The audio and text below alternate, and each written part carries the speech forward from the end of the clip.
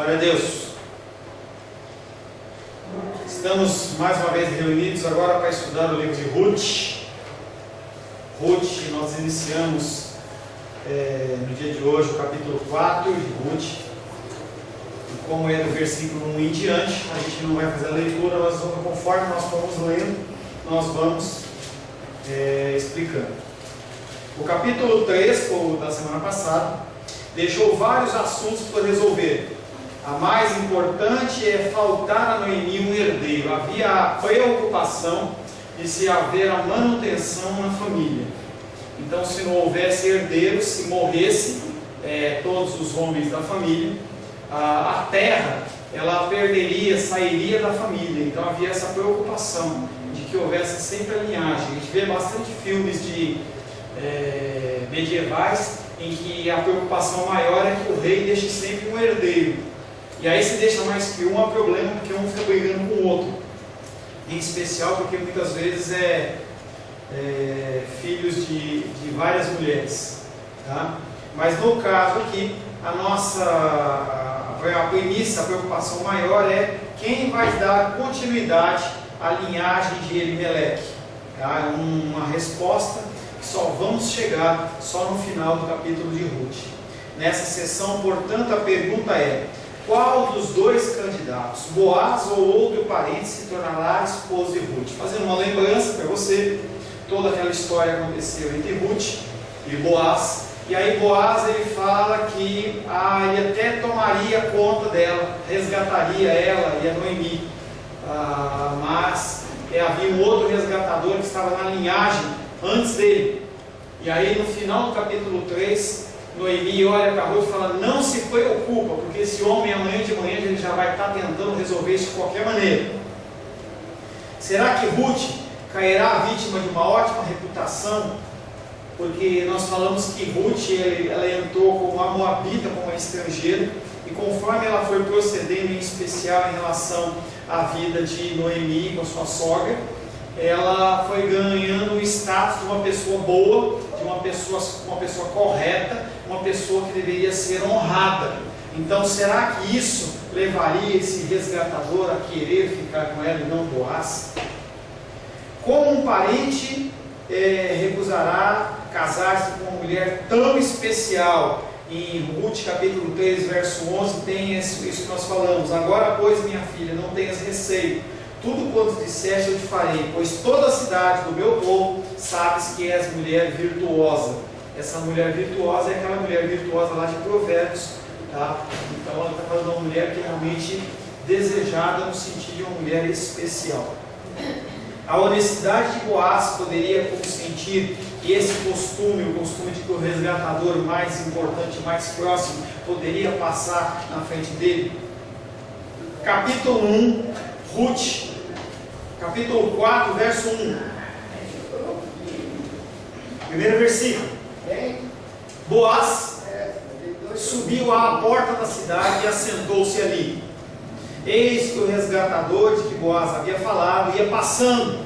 Então ele disse: ó fulano, chega-te para aqui e assenta-te. Ele se virou e se assentou. Nesse versículo tem uma série de informações que são bem interessantes. Assim como Noemi disse no verso 3:18, que assim que ele acordasse ele já ia tentar resolver a situação, é o que realmente ocorreu. Boaz logo começou a trabalhar e ele subiu a uma área chamada Porta da Cidade, por dois motivos. Primeiro, naquele lugar oferecia a melhor possibilidade de localizar o outro parente, e a prioridade máxima de Boaz era encontrá-lo. Então, como que eu vou dentro da cidade de Jerusalém encontrar esse homem? O lugar mais fácil é o lugar onde todos teriam que passar, que seria a porta da cidade. Todo mundo tinha que passar pela porta da cidade para chegar para os campos, para o terreno da debulha e para sair para outras cidades. Não haviam várias saídas. Tá? Como a nossa casa, nós temos uma saída principal, não há várias saídas.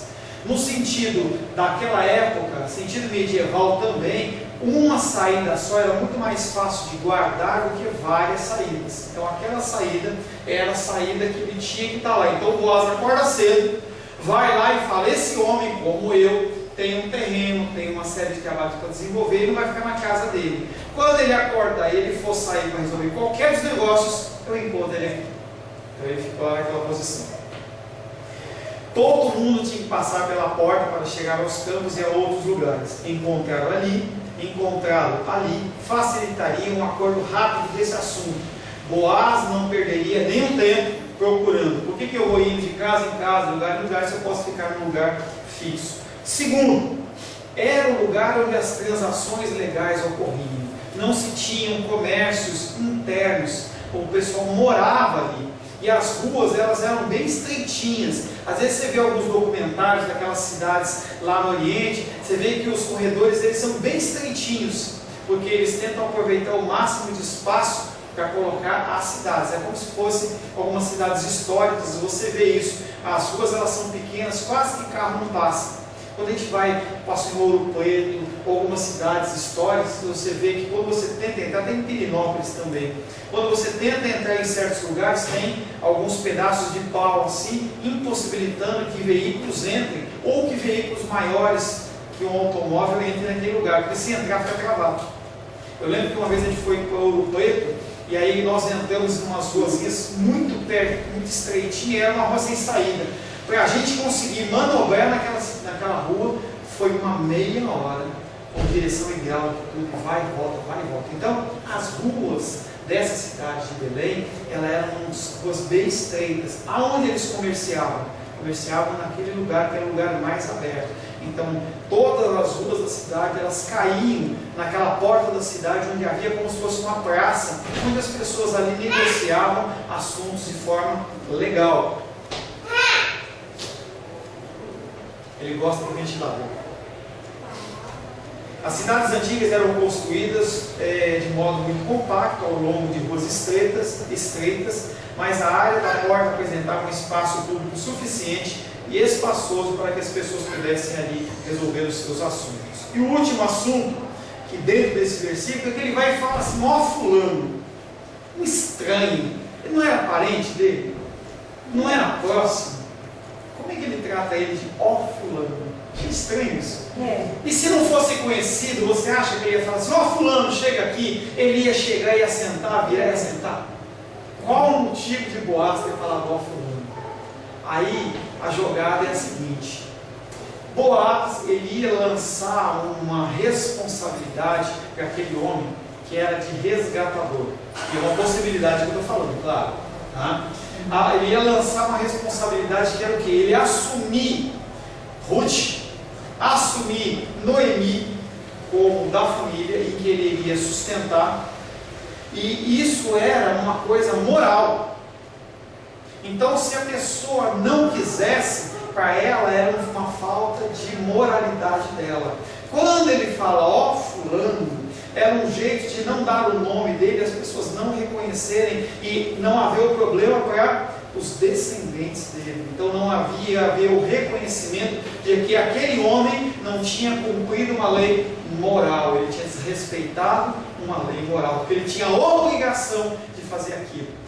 Ele tinha que estar a obrigação de estar ligado com a coisa, ele sabia do que estava acontecendo e ele não se coloca a campo. Então era uma imoralidade da parte dele. Quando Boaz faz isso, Boaz está agindo com zelo pela vida daquele homem. Tá? Versículo 2. Boaz então tomou 10 homens dos anciãos da cidade e disse: assentai-vos aqui, e assentaram-se. Com a outra parte presente, o outro resgatador, a prioridade seguinte de Boaz foi reunir alguém que possa dar um cunho legal àquilo que ia acontecer. Ele ia falar sobre uma coisa moral, sobre uma coisa de resgate, e tinha que haver testemunhas. Então o que ele fala? Ele fala dos anciãos que estavam ali. Não eram qualquer anciãos, eram pessoas que andavam ali, faziam parte de uma direção ou de um senhorio ali. Eram anciãos que eram considerados pessoas que eram respeitadas, em que podiam dar para ele o respaldo legal do que iria acontecer. Por que 10? Provavelmente naquela época a necessidade mínima era que 10 anciãos estivessem observando, analisando a situação legal, como se fosse num tribunal, tá? Para que eles pudessem falar, isso é justo, não é justo, e nós atestamos ou não atestamos. Então ele chama 10 pessoas para estar ali fazendo parte daquele grupo. Esse corpo era o descendente judicial dos anciãos tribais, antes de tomar posse da terra prometida lá em Judá. Lembra que sempre sempre quando Moisés estava julgando, o que Jetro falou? Levanta líderes de 10, de 100, de 1000 para ajudar você a julgar. Então essas pessoas já eram pessoas que seguiam essa tradição. Eles eram eleitos como pessoas que agiam como se fossem testemunhas ou como juízes naquela região. O Antigo Testamento ele preza a sabedoria dos anciãos como sendo tesouro. Isso é um detalhe da cultura oriental. Os orientais eles têm grande honra em relação às pessoas com mais idade, com pessoas de cabelo branco. Eles entendem que aquelas pessoas granjearam conhecimento por toda a sua vida e têm muito a ensinar. Quando você vai no Japão, você vê a honra que aqueles homens recebem. Você vê, por exemplo, os professores em que aqui no Brasil e na cultura ocidental não são valorizados. A gente fala assim, o professor é o que ganha pouco, é o que não merece nada, mas no Oriente, em especial no Japão, as únicas pessoas em qual o imperador do Japão, que é considerado como se fosse um deus, no mesmo estilo do faraó, que ele tem que se curvar com respeito, é o professor. Se ele reconhecer uma pessoa como professor, o imperador ele se curva àquela pessoa, dizendo: eu respeito a sua pessoa, respeito a sua posição. Vê a importância que eles dão dentro do Oriente para as pessoas com mais sabedoria e mais entendimento. Não é o que a gente tem na cultura ocidental, mas a Bíblia ela é uma cultura oriental, por isso que ela tem esse tipo de coisa, tá? A autoridade desses homens, eles estendiam julgamento de suicídio não, homicídios, disputas de virgindade, para ver se era virgem ou se não era virgem, asilo, casamentos e toda sorte de coisas. Aqueles homens estavam prontos a dar o atestamento legal de que aquilo era verdade. Verso 3: disse ao resgatador. Quem disse? Boaz.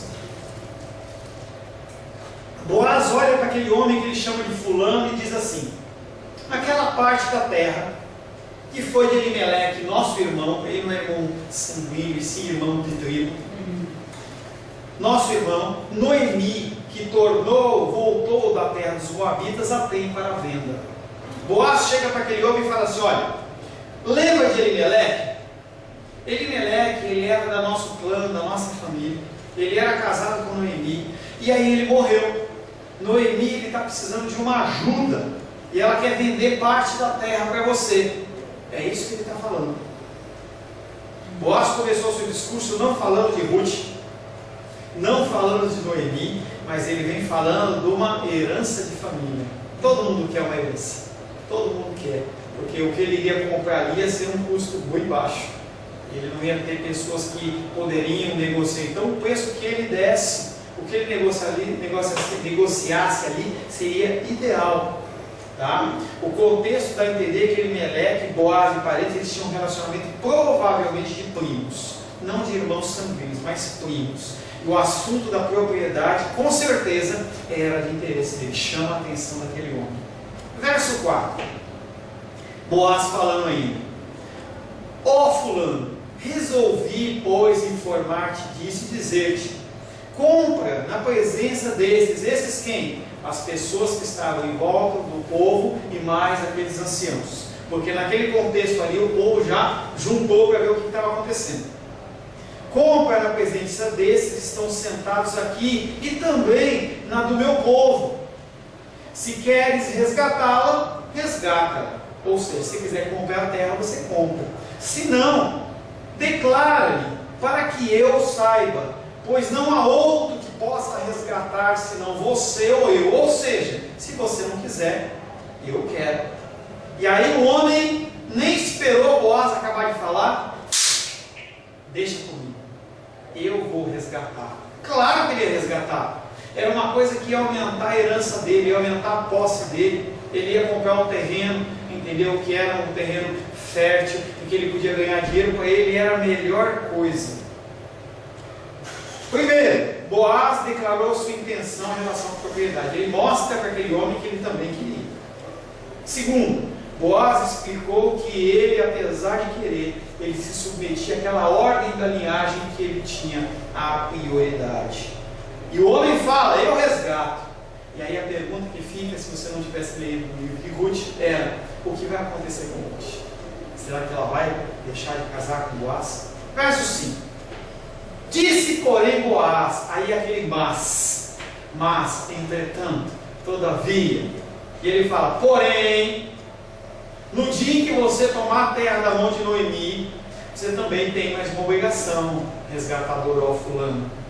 Também a tomarás da mão de Ruth, a Moabita, já viúva, para suscitar o nome do esposo falecido sobre a herança dele. E ele fala assim, olha, tem essa terra aí que vai te dar lucro, que vai ser baratinha, mas aí junto com isso vem um pacote.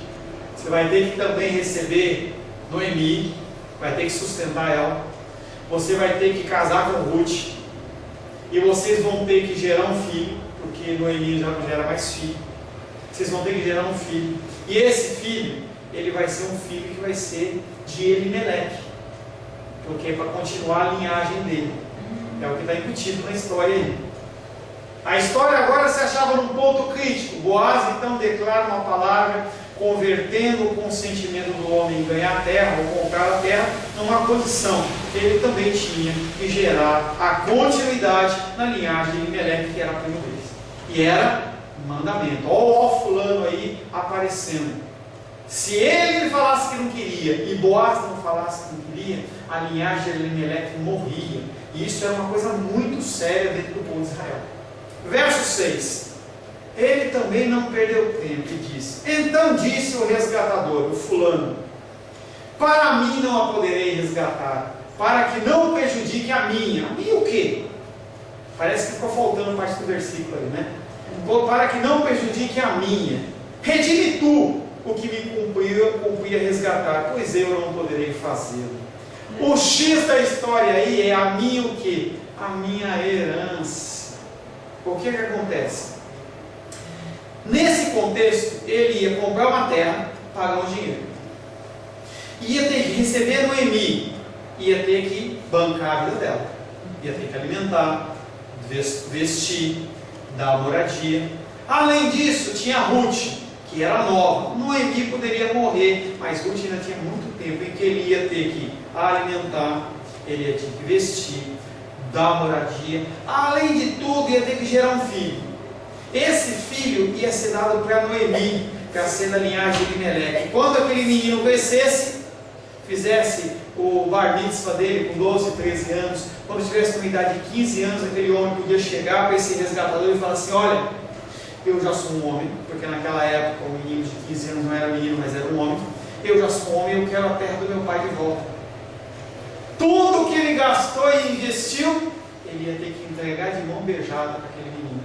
Mesmo por isso, mesmo sendo filho dele. Mesmo sendo filho, não era filho dele, era filho de Elimeleque. Era um filho biológico, e você vai ver que na sequência do texto, apesar de ser biológico, ele deixa de ser filho, na condição moral. E ele pensou, eu vou prejudicar a minha herança, os meus filhos. Imagina a confusão que vai dar. Os meus filhos vão reclamar, porque vai diminuir. Eu gastei dinheiro, eu investi dinheiro, e em vez disso, eu vou dar. Então ele olha para Boaz e fala, Boaz, já que você quer, fica para você. Fica para você. Verso 7 e 8.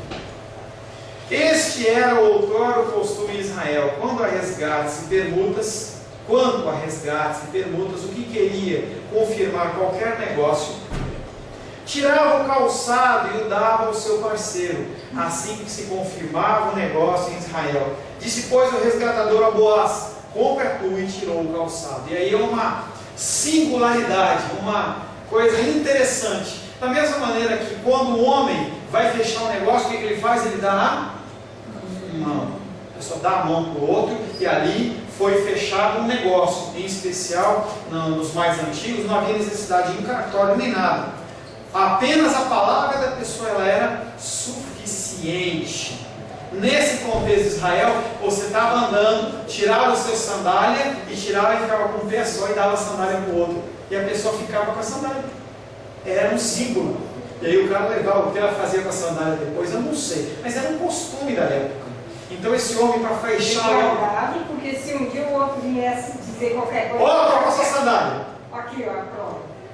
Mas era muito mais simbólico, porque o legal mesmo era feito pelos anciãos que estavam ali e atestavam, até um documento. Não ficava apenas na conversa. Mas a sandália ficava com outro, né? Ficava com quem recebeu o negócio. Aquele acordo que ele fechou ali com o Boaz, ele pegou e deu a sandália e teve que voltar para casa e pegar outra. Ele ficou andando descalço, né? Então ficou com um pé de sandália e outro pé sem sandália. Apenas uma curiosidade. Tá? E aquilo ali selava moralmente, seria o nosso aperto de mão naqueles tempos. Verso 9 e 10.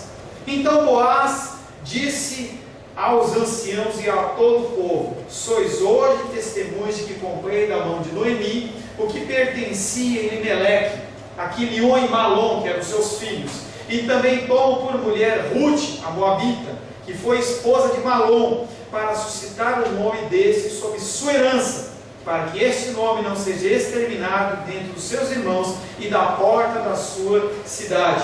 Disto sois hoje testemunhas. Ele faz questão de ele falar toda a história, para que aquelas pessoas que estão ouvindo fossem cientes do que estava acontecendo e não ouvissem apenas parte da história. E ele vai lá, fala da linhagem, ele fala de Elimeleque, fala dos seus filhos. Olha, eu estou tomando posse de tudo. Todo e qualquer ônus, todo e qualquer direito dessa família agora passa por mim. Eu tenho essa responsabilidade. E aí ele olha para os anciãos e olha para o povo, porque se os anciãos morressem ou se não houvesse quem atestasse aquilo, também haviam as pessoas, entendendo que naquela cidade de Belém ali, não tinham povos de um monte de tribos, tinha basicamente de uma tribo só, que era a tribo dele. Então a maioria não eram familiares, não eram pessoas que iam se isentar de dar um testemunho. As pessoas, por serem da família, era como se fosse uma grande casa, onde morava toda uma tribo, ou toda uma parte da tribo. Então as pessoas elas iam testificar aquilo. Olha, o que eu ouvi foi realmente isso, e isso foi realmente o que aconteceu. Como testemunha, eles tinham ouvido a sua declaração legal e poderiam, se necessário, ser chamados para verificar a validade dela em face de qualquer futuro. Então tinham pessoas de todas as idades ali, ele poderia sacar essas testemunhas se assim fosse necessário no tribunal. Verso 11. Todo o povo que estava na porta e os anciãos disseram: somos testemunhas. O Senhor faça a esta mulher que entra na sua casa como a Raquel e como Lia, que ambas edificaram a casa de Israel, e tu, Boaz, ate valorosamente em Efratá e faz nome afamado em Belém. E aí você tem que observar duas coisas. Primeiro, todo o povo, os anciãos, falaram assim: amém, é isso aí. Coisas que eles falaram lá no Monte Sinai, quando receberam a lei. Quando lá no Deuteronômio, antes da morte de Moisés, ele falou a lei. Quando Josué, antes de morrer, também falou de toda a lei. Você, olha, vocês têm que seguir. E aí o povo assim: tudo que você falou, nós vamos fazer. Esse povo olha e fala assim: nós somos testemunho. O que aconteceu é uma coisa verdadeira. E aí não para nisso. E aí acontece uma coisa que, se você fizer uma leitura rápida, você não percebe. Ruth era de que nacionalidade? Moabita. Ela era estrangeira. Mas a moral daquela mulher era tão alta, em que essas pessoas que tinham um zelo pela descendência, pelos ascendentes dele, com muita seriedade, eles comparam aquela mulher estrangeira com Raquel e Lia, que foram aquelas mulheres que deram origem a toda a linhagem patriarcal. Olha que séria coisa. Isso aqui não é humano, isso aqui é divino, porque Ruth iria ser a tataravó de quem? Jesus. Olha que sério. Bisavó de Davi. Estou falando de Jesus. Sim, mas eu estou falando que é tataravó lá na frente, lá de Jesus. Tá? Tem Davi na linhagem, nós temos Jesus lá na frente. Esse povo aqui, já orientado pelo Espírito de Deus, já faz esse tipo de profecia. Isso aqui é uma palavra profética lançada lá no tempo de Jesus. Que o Senhor faça esta mulher que entra na tua casa como a Raquel e como Lia, que ambos edificaram a casa de Israel. E aí também olha para Boaz e fala: Boaz, que você seja valoroso em Efratá e fazes de nome afamado em Belém. Então, tanto sobre a vida de Boaz como a vida daquela família, eles reconhecem que aquilo ali que aconteceu foi algo de ordem divina. Moralmente, Boaz ele toma sobre si um fardo, apesar de ele gostar de Ruth, para o povo era um fardo. Verso 12: seja a tua casa, eles continuam abençoando, seja a tua casa como a casa de Pérez, que Tamar teve de Judá, pela prole que o Senhor te der dessa jovem.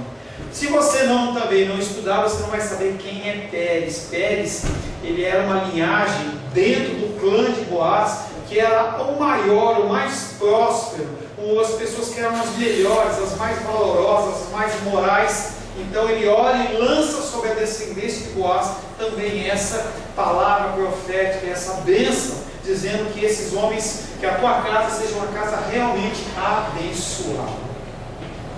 A cena final, essa cena final do comércio, presumivelmente ocorrida no local de residência de Noemi, a cena final que nós vamos escrever, traz a história da conclusão feliz. Nós, quando começamos o capítulo 4, no começo da aula, nós falamos que o principal era a continuidade da descendência de Elimeleque.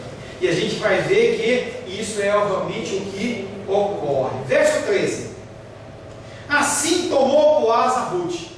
Boaz, ele não perdeu tempo. Não diz que passou uma semana, não diz que passou um mês, mas fala assim tomou Boaz a Ruth, e ela passou a ser sua mulher. Coabitou com ela, e o Senhor lhe concedeu que concebesse e teve um filho. A coisa aconteceu de uma forma rápida. Dali eles já saíram, entendeu? Ele já tomou ela como mulher, tiveram a sua relação sexual, e o Senhor concedeu que aquela mulher ela gerasse um filho. Tá? Rapidamente relatado que Boaz levou-a para casa e ela engravidou. Tá? Verso 14: então as mulheres disseram a Noemi: seja o Senhor bendito, que não deixou hoje de te dar um neto que será teu resgatador, e seja afamado em Israel o nome desse. Assim que essa criança nasceu, ela foi levada para Noemi. Assim que ela nasceu. E aí essas mulheres provavelmente são as mesmas mulheres que receberam Noemi na porta da cidade quando ela chegou, e olharam para ela e falaram assim: olha, será que essa é Noemi? E ela falou: não, eu não sou Noemi, não, eu sou Emara, sou a Mara, porque eu saí daqui com marido e filhos, e eu volto agora sozinha, sem os meus filhos e o meu marido. Então as mulheres disseram a Noemi: seja o Senhor bendito, reconhecimento da soberania de Deus. O Senhor seja bendito. Não é Boaz que seja bendito, não é Ruth que é bendita, mas é o Senhor que não deixou hoje te dar um neto que será o seu resgatador, e seja afamado em Israel o nome desse. Então aquelas mulheres, elas olham e glorificam e louvam a Deus pelo ocorrido. Verso 15: ele será resgatador da tua vida e consolador da tua velhice, pois tua nora que te ama o deu à luz, e ela é melhor do que 7 filhos. 7 é um número perfeito dentro da entendimento bíblico, que diz que é perfeito. A Noemi, Ruth era a melhor nora que você poderia ter. É isso que ela está falando. Por que resgatador da sua vida? Porque quando ela fosse ficando velhinha, aquele menino seria a pessoa que iria sustentar, aquela pessoa que iria ser companhia, aquela pessoa que iria cuidar. Eu vejo bastante isso lá em casa. A titia com a Luísa, a Luísa fica uma colega dela, fica amiga, e as duas sentam, e as duas conversam, e vê filme, e discute, e briga, e vai, companhia. E ela está falando assim: olha, essa criança que nasceu vai ser o seu consolador da sua velhice. pois a nora que te ama, ela é melhor do que 7 filhos. Olha, mesmo que você tivesse com Malom, mesmo que você tivesse com Quilion, essas pessoas não iam ser tão preciosas para você como a sua nora. Então você cuida bastante dela. Finalize elevando o nome de Ruth como aquela que ama, comprovado primeiramente pelos questionamentos de toda a história, dizendo: olha, essa mulher é demais. Ela é uma mulher que ela não tinha nenhum motivo para fazer essas coisas que ela está fazendo, mas ela está fazendo. No verso 16: Noemi tomou o menino e pôs no seu regaço e entrou para cuidar dele. Regaço é a sua casa. Quando ela recebe aquela criança, ela entra na sua casa e começa a cuidar daquela criança. Vai trocar a fralda, vai lá comprar hipogloss, vai fazer todas as coisas para cuidar daquela criança. As vizinhas, verso 17, lhe deram o nome dizendo: a Noemi nasceu um filho, e lhe chamaram Obed.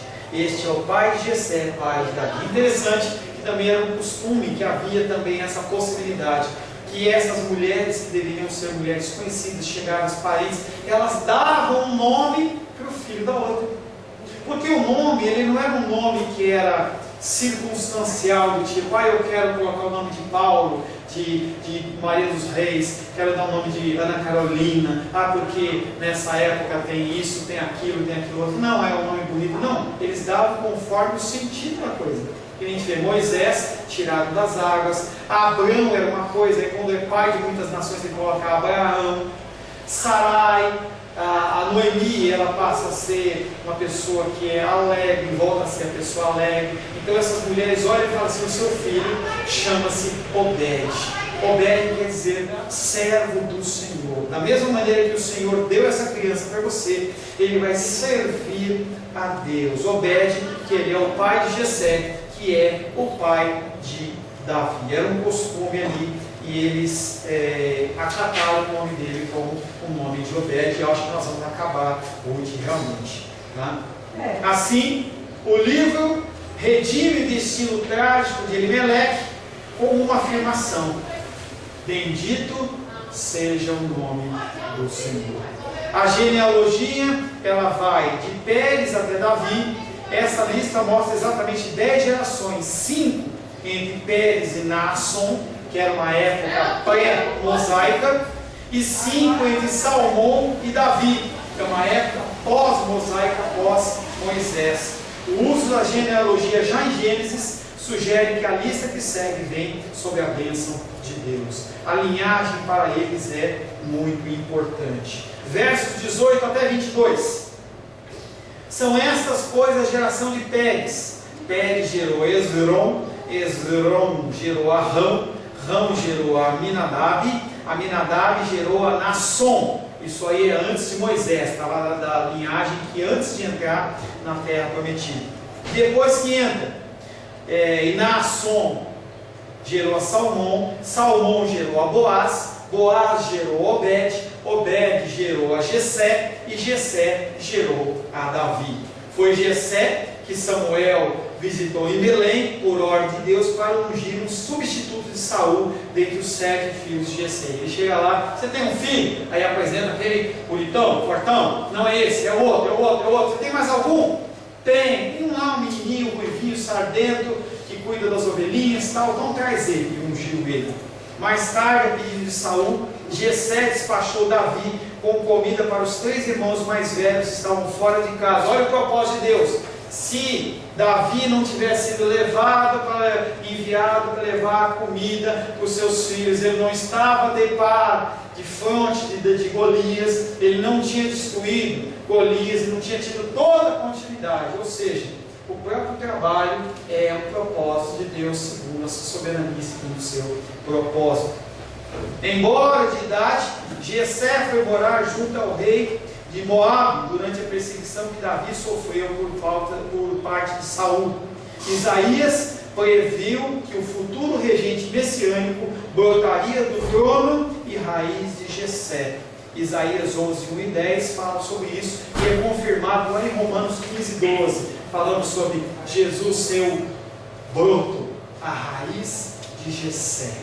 Então, você vê como Deus ele orquestra toda uma história, uma história de uma mulher que estava lá em Moabe, a morte daqueles filhos, em que Noemi, no momento, não entende. Você vê como é o que tem tudo a ver com o mandato espiritual na parte da manhã.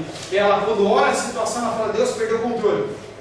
Me deixou sozinha sem marido, me deixou sozinho sem filhos. Mas ela coloca uma mulher que é melhor que 7 filhos, que a abençoa, que vai dar toda uma linhagem de continuidade dela, que vai gerar Jessé, que vai gerar Obed, Jessé, Davi, e na sequência insere Ruth na linhagem de Jesus Cristo. Homem não consegue preparar uma história como essa, somente Deus. É por isso que quando a gente lê as coisas com muita calma, a gente vê: bendito seja o nome do Senhor. Senhor, em nome de Jesus, queremos agradecer ao Senhor, porque o Senhor possibilitou que a gente estivesse nesses domingos, Pai, estudando sobre o livro de Ruth. É uma benécia do Senhor, um privilégio do Senhor ouvir as coisas concernentes ao Teu reino. Queremos, Pai, pedir que o Senhor, Pai, grave nos nossos corações apenas não uma história bonita, não um romance, mas uma lição de vida, que nós possamos entender que, na verdade, o Senhor é Rei. Em nome de Jesus, amém. Glórias a Deus. A paz seja convosco. Meu nome é Paulo César. Eu sou pastor da Igreja Cristã Semente de Vida, aqui em Brasília, Distrito Federal. Me alegro que a palavra tenha te alcançado. A palavra faz isso. Ela alcança as pessoas aonde quer que elas estejam. E você foi agraciado com esta palavra. Não que eu tenha nada especial a te dizer. A palavra ela é suficiente e ela usa quem ela quer. E eu me alegro por ter sido um canal para poder te abençoar. Mas eu quero te dizer que não basta você ser um ouvinte. Não basta ser uma pessoa que se alegra quando você ouve a palavra de Deus. A vida ela é feita de decisões. Se você está ouvindo essa palavra hoje, eu creio que o Espírito Santo tem um propósito especial com você. Muito mais do que prosperidade, muito mais do que uma cura física, uma cura emocional ou espiritual, Ele quer te alcançar para a vida eterna. Nós investimos nosso tempo, nós investimos as nossas forças em coisas terrenas, mas o Senhor Ele tem muito mais a oferecer. Ele tem sim para você a cura, Ele tem sim para você a prosperidade, mas Ele tem muito mais que isso. Submeta-se a um Deus que Ele é capaz de mudar e transformar a sua vida por completo. Creio que o Espírito Santo Ele é capaz de tocar o teu coração. Quero pedir que você curve a sua cabeça. Senhor, em nome de Jesus, coloco na Tua presença essa vida que ouve esta ministração, que ouve esta palavra. Pai, eu não tenho capacitação nenhuma, mas o Teu Espírito Ele é capaz sim de tocar nesta vida, gerar nela mudança, transformação, arrependimento, e que ela possa simplesmente bater no peito, convencendo-se que é pecadora e que precisa de um Deus salvador. Não há um caminho a Ti, meu Deus, que não seja através de Cristo. E eu lhe peço, Pai querido, que você alcance essa vida e ele possa sim tomar uma decisão pessoal pelo Senhor, em nome de Jesus. Amém. Amém, meu querido. Amém, minha querida. Fico contente que você esteja ouvindo essa ministração até o fim e peço que você não se limite a ouvir os cultos pela internet. Você procure perto da sua casa uma igreja, um lugar que proclame a palavra do Senhor. Eu oro para que o Espírito Santo te direcione nessa busca, porque muita coisa tem sido oferecida que não é o Evangelho. Eu abençoo a sua vida, em nome de Jesus. Amém.